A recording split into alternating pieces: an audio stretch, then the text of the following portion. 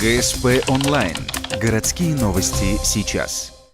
Понедельник, 14:00. Общественная организация «Любимый город». Подготовка к всероссийской акции «Бессмертный полк». 9 мая, в День Победы, будет сформирована колонна, которая примет участие в параде с фотографиями ветеранов на штендерах.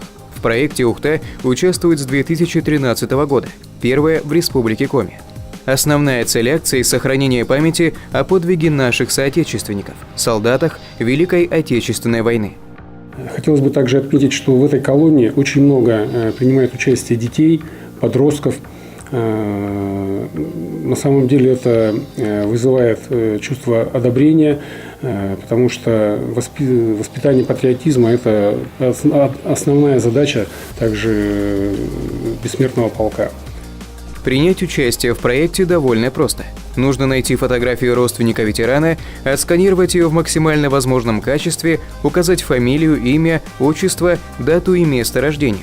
Получить дополнительную информацию можно по телефонам, которые вы видите на экране, или в группе ВКонтакте.